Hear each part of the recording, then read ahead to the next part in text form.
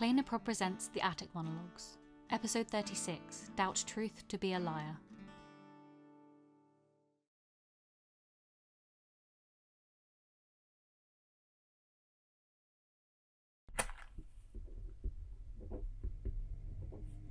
There is a girl who has been searching this world for so long.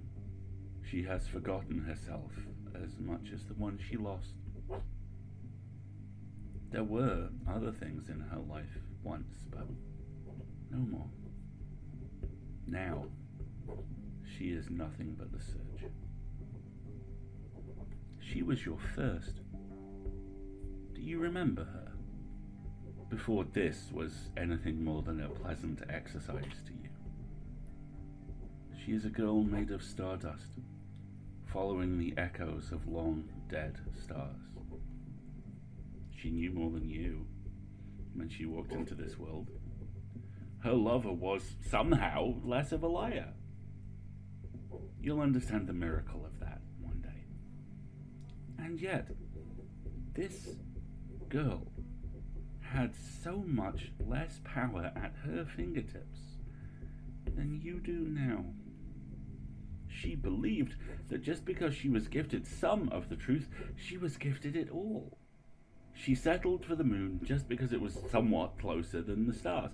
She learnt the hard way that they could burn brighter and larger than she believed. I trust you've learned this lesson already. I trust that you wonder with every new truth how many betrayals lie in wait. First your mentor, then your lover. What else is left to break? I assure you, there is always something. Your little bird has yet to even show you her wings, and there are so many other liars in this narrative. I can't wait for you to discover them.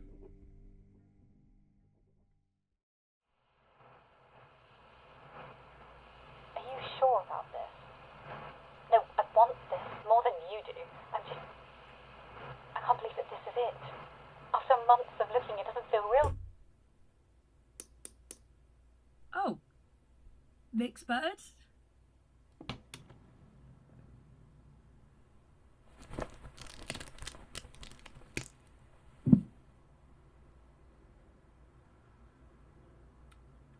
Sorry to make such a dramatic entrance. What the fuck was that? It was faster than using the door. But you and Mixed Bird and you and I fed you almonds. It was much appreciated, I assure you. I feel violated. How is that for gratitude? All the times I kept you company and gave you someone to confide in. Because I thought you were a bird. Would you rather I gave you this sort of heart attack before you learned about magic? Or now, when the blow is slightly lessened? Oh, thank you so much for taking my feelings into consideration. I should set my cat on you.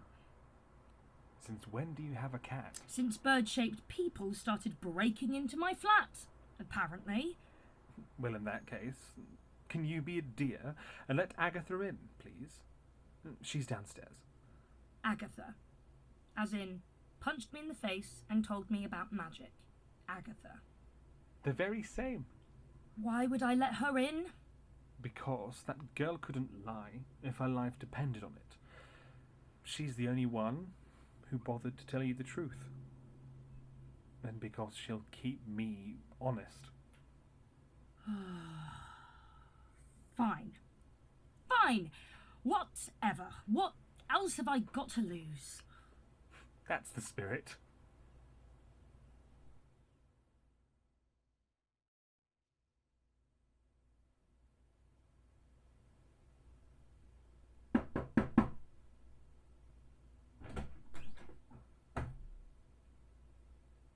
Hi, Agatha.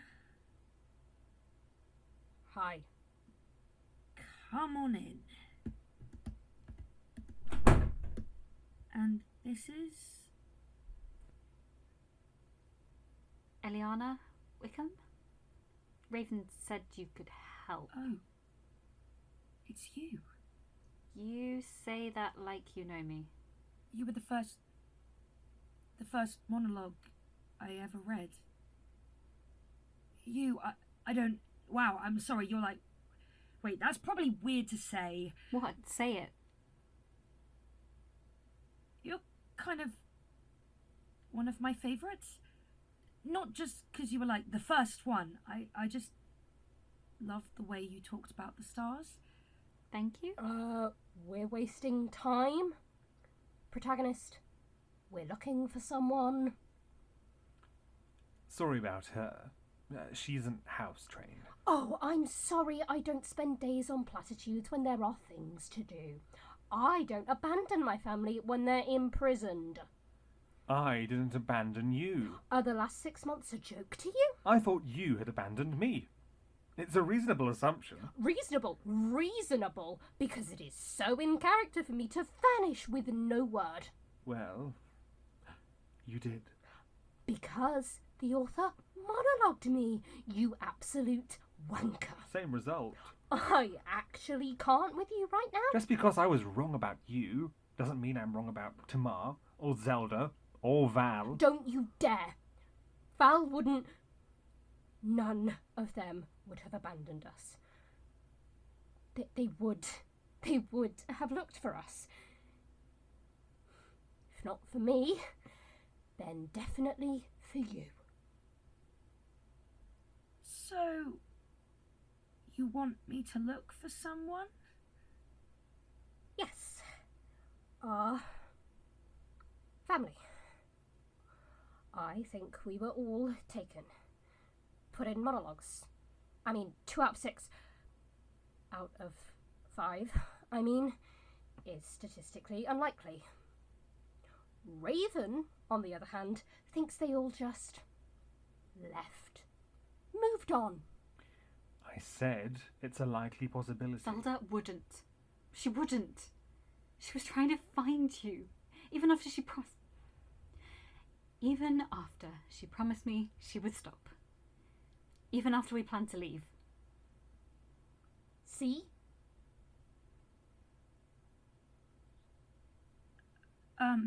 I can look for them, sure. It might take me a while. There's a lot of monologues. But I can look. Narrative logic says you're here now for a reason, so I should be able to find them. I think. At least one of them. What are their names? Valentine Wise, Tamar Hausman, and Zelda Green. I recognise those names from your monologue, Agatha. At least Tamar and Val. And Zelda. That's your wife? Yes. Okay, I'll go look. Make yourself comfortable, I guess. Don't touch anything.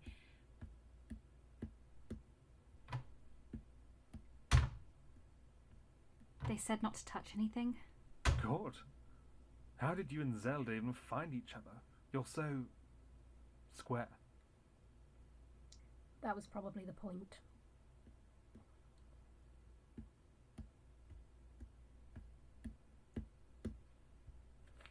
I found her.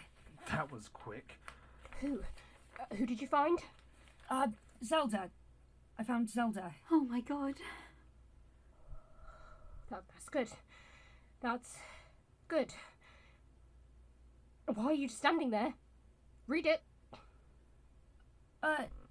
Yeah, sure. Sorry, I've never gone looking for a particular person before. There'll be time for you to marvel at your incredible powers later. Okay. Give me a second. It's not like I've read these in front of people I don't know before, you know? Stage fright. From the fairy jester themselves. This is different. This is, intimate. Well, get over it. Because that's so easy. Jeez, let me sit down at least, okay? And don't look at me.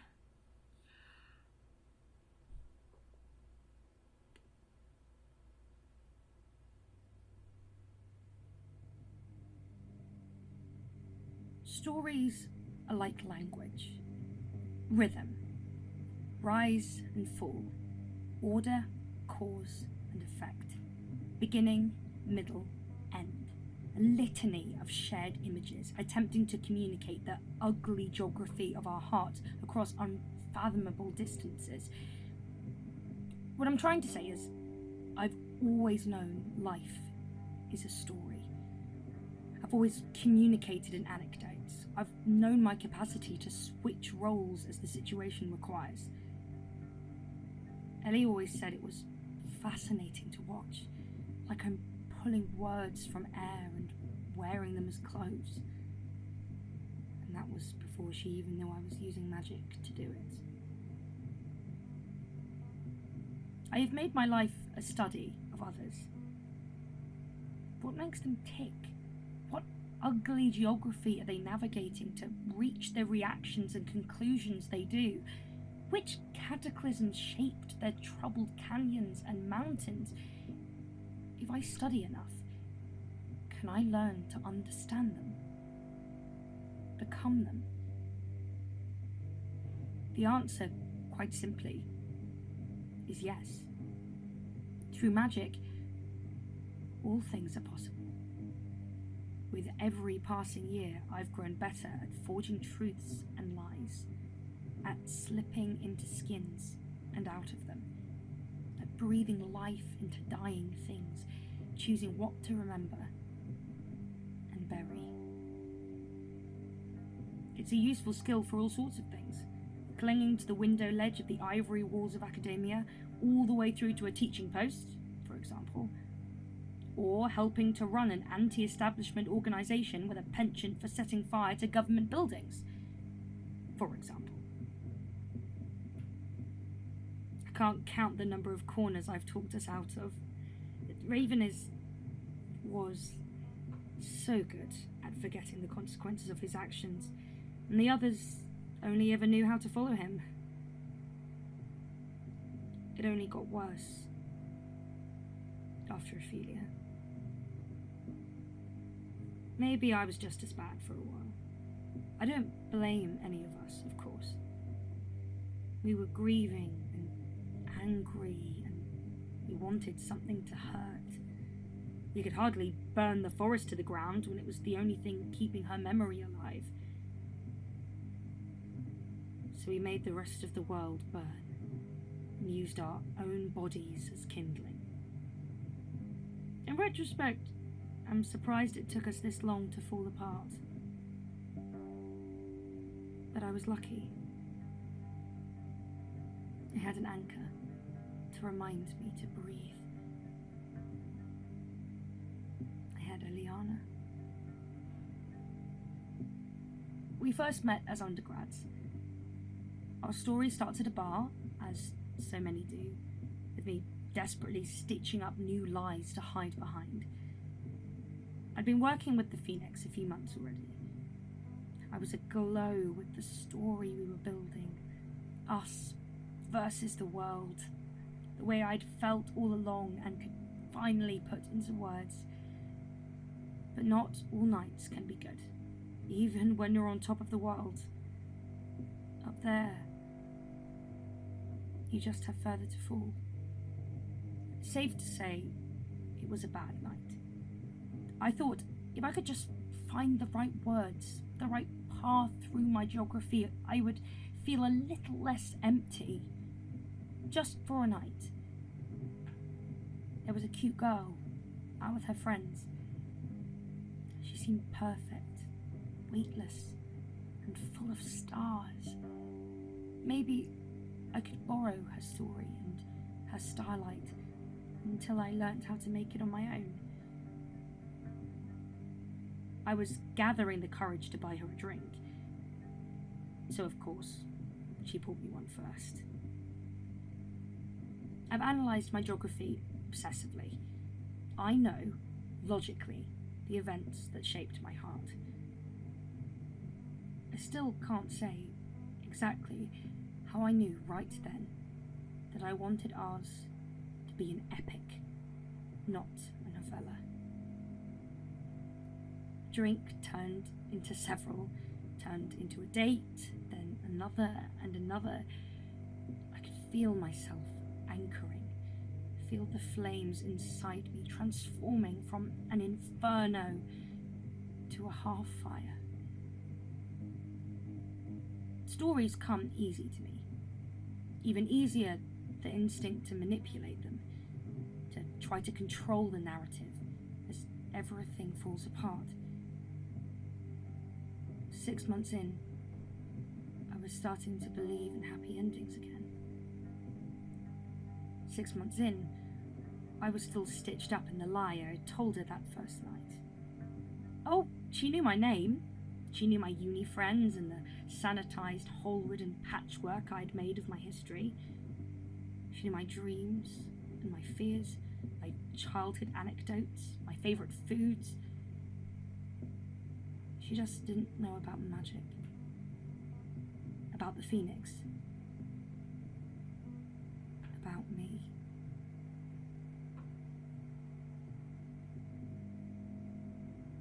When does a lie become unforgivable?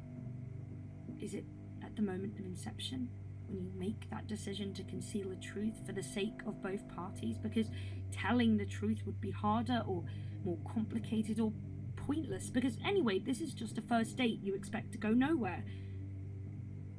Or is it every second after that? The first kiss, the second date, the day she invites you to hang out with her other friends, the day she takes you to visit her parents, the proposal, or the wedding? When would be the right time to peel back the curtain on your performance? Is there a right time? How can you possibly get beyond "I lied" to all that messy complexity without the Jenga tower collapsing completely? I knew the longer I waited, the worse it would be.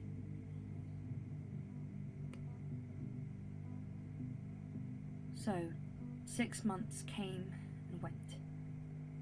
I could see those 3 little words tucked underneath her tongue, waiting to slip out, and I couldn't let her say them until I told her, just in case she swallowed them again.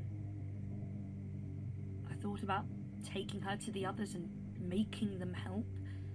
I thought about just dragging her through a door to Trenevantum and leading her around the raindrop market.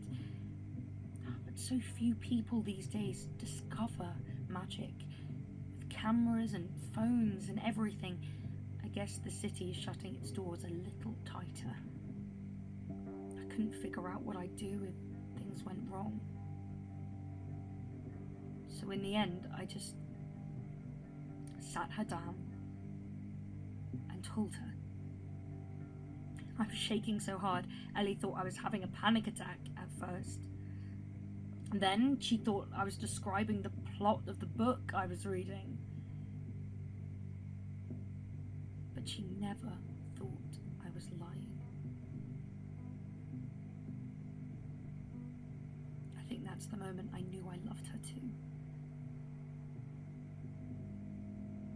Like I said, I'm lucky in some ways. My magic comes from stories, and I was telling her mine. The words and the illusions they conjured spilled out of me easily. So, as I explained my world, I framed it as a story. The story of me, the story of magic, the story of a broken city and a group of kids maybe a little too in love with watching it burn. And as I wove the threads, they appeared. An illusion of flames and feathers, the skyline of the city before it broke, the empty whistle of the raindrop market after hours.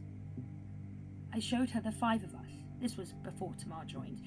I showed her my family tree in the form of a towering, spindled silver birch etched with names, mostly struck through. Once I started, the words were an avalanche. That's the problem with magic, isn't it? the balancing act.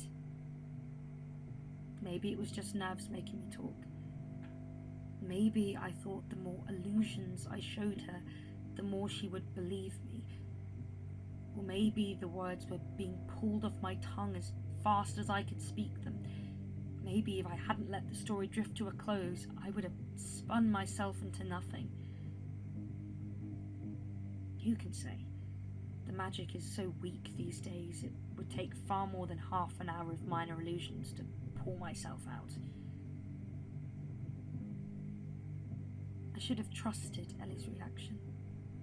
She was fascinated. She has a scientist's mind about everything, even magic. Especially magic. It's just another form of energy, according to her. A balanced equation. Transference from one form to another, neither created nor destroyed, simply changed. She's kind of right, I think. Maybe magic and science aren't so different. Two sides of a single coin. It was a relief to tell her. It was even more of a relief when she didn't throw herself headfirst into everything Trinovantum has to offer. Don't get me wrong, she was enthusiastic, supportive, curious, all the good things. But she didn't get tangled up in it. I think I knew a little, even then, that the Phoenix was going to self-destruct. It was too much, all at once.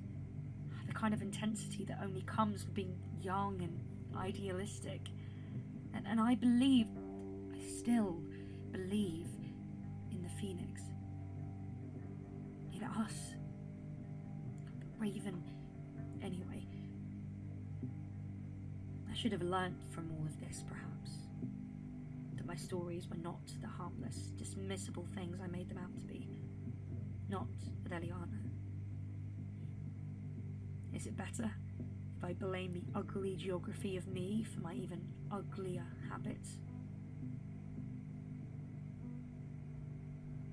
The world fell apart, as worlds are wont to do. Agatha fled, or we thought she did. At the time, I thought maybe she just saw the cracks in us before anyone else. I couldn't blame her, even if it hurt. Now I know better. First, Agatha. Then, Raven, gone like so much smoke. Val, here one moment, gone the next. Ellie didn't know for a long time. I couldn't tell her. If I did, she would beg me to leave. And I couldn't do that to Tamar. Not when we were the only ones left. The guilt chewed me apart. The way it never had until I met her. My heart had grown rivers and meadows without me noticing. And finally, the truth came pouring out. I told her everything. And I told her my theory.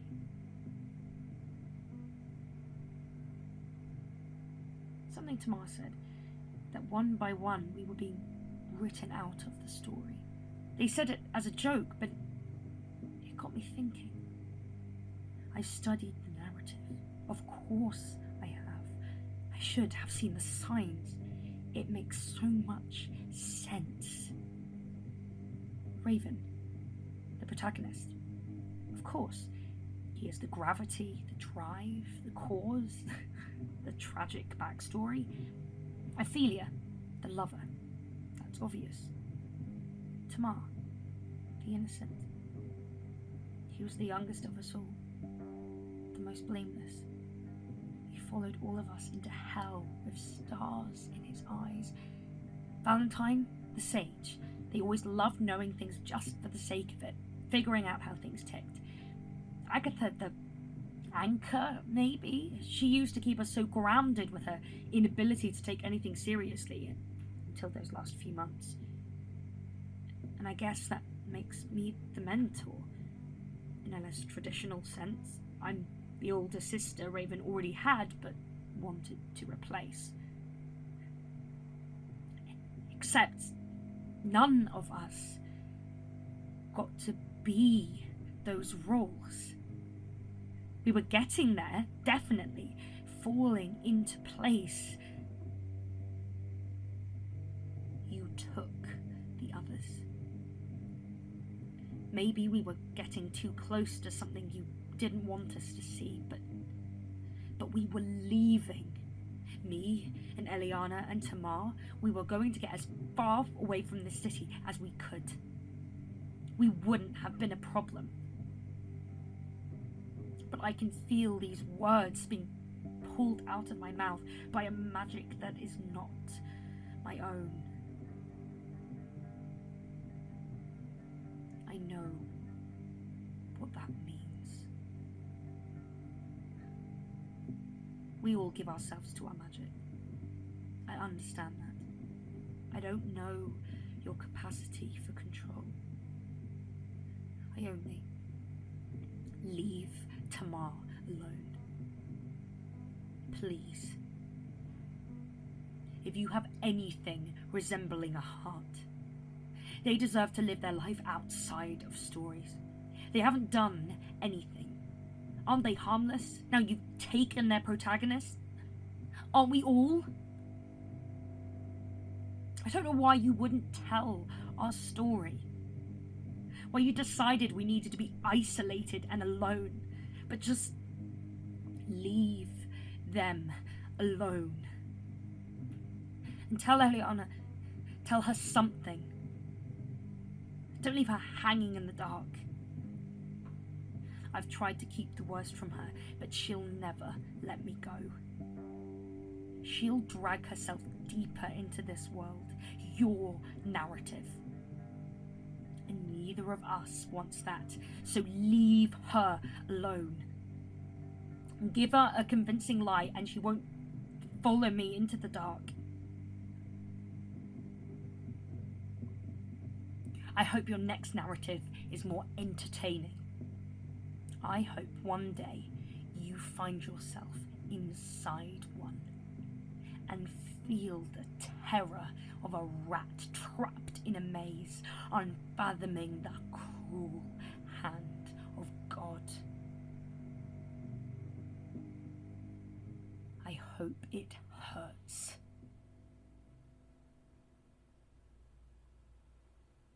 Zelda. I need to find her. I was right. I'm going with her. Raven, come with us or don't. I don't care.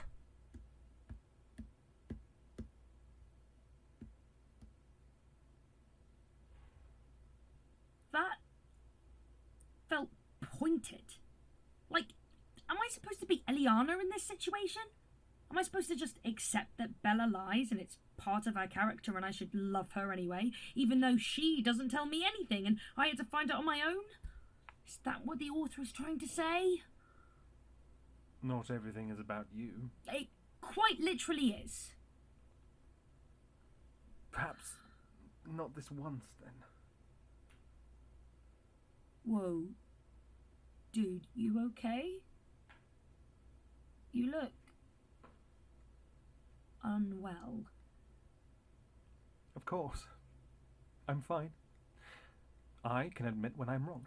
That word's banned in this flat when it's not true. Oh, really? Yeah, we have an I'm fine jar. You owe me £1. That seems extortionate. Call it payback for the almonds. Those things are so expensive, dude. Fine. Aside from the fact that I do not carry cash. Apparently it's passé. Next time? I'm holding you to that. Now, what's actually up? I am simply readjusting my expectations and preparing to apologize. Oh, it does awful things to my complexion. Because you're so unused to doing it? Exactly.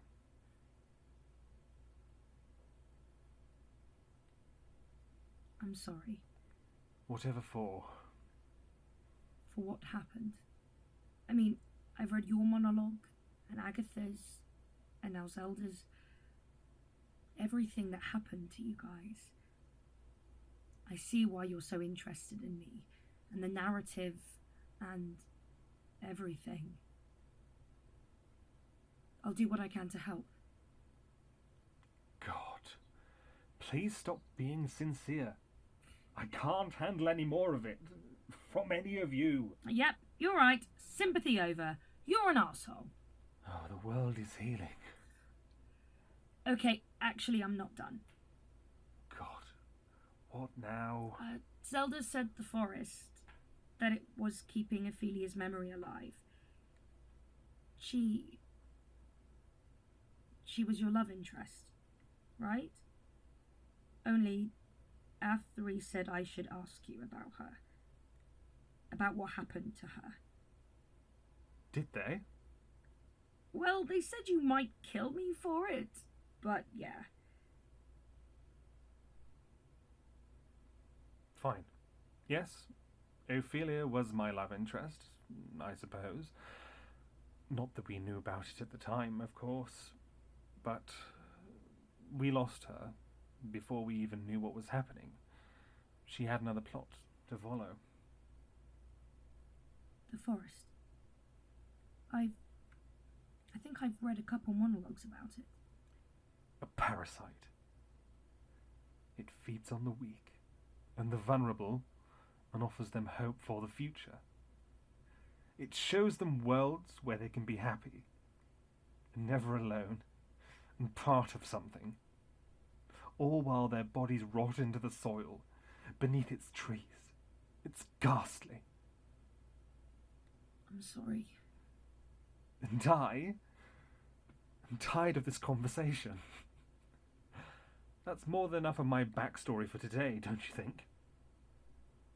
Thank you, I suppose, for your aid. Keep looking, would you? For the others? Sure, dude.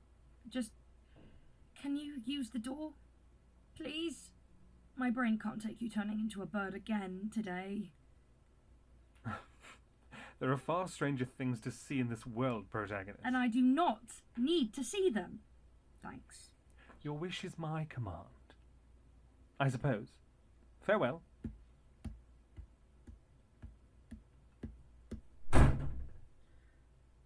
Yikes.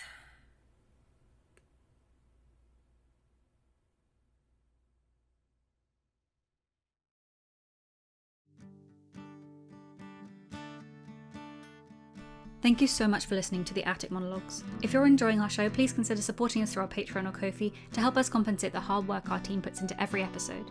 You can find the links in the show notes below. Alternately, you can leave us a review, whisper to the wind, or tell enemies and love interests and friends alike to listen. This episode was written by Morgan Greensmith and produced by Morgan Greensmith, Clohessy, and Sorren Briarwood. It was directed and script edited by Clohessy. The sound design is by Leopold, and the theme tune was composed by Wilkie Morrison.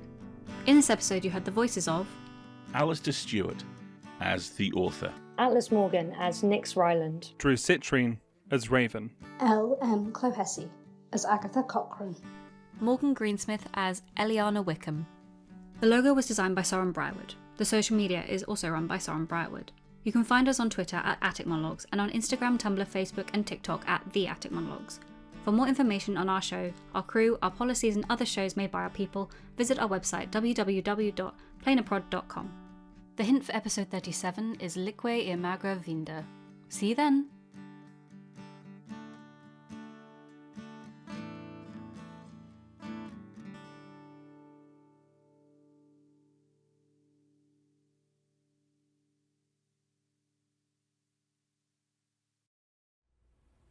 I know what I will see even before I look, for my chest is light and I breathe easy, and the rocks far, far below don't... I don't sound like that. Do I sound like that? You sound exactly like that. It's uncanny. This week's episode features a word from the Common Press about their ongoing fundraiser. The Common Press is a queer intersectional bookshop, cafe and event space in London, so pretty much the real-world equivalent of the Caramel and Clove. After losing the support of its original investors, the Common Press needs to raise £10,000 to continue to operate independently. At the time of this recording, they're about a quarter of their way to that goal. It would mean so much if you consider donating, spreading the word, or becoming a member so that you can receive their curated books of the month, as well as a range of other perks. If you want to find out how to support them, all the relevant links are in the show notes. Without further ado, I'll let the team at the Common Press and the authors who love it explain what makes it so special. Run the town, London town, all way up, no come down. We really try to amplify underrepresented voices. The Common Press is a space where I see my community regularly, in which very real community care takes place. It's about liberation and solidarity. What I love about the Common Press is that they really take the mantra of none of us are free until all of us are free. It is grassroots, it is built from the community, it is part of the community. I would say that literally the lifeblood of us all surviving together is being able to have these spaces where we can tell the truth. As queer folks, as people of color, we've been asking for third spaces. This is that third space.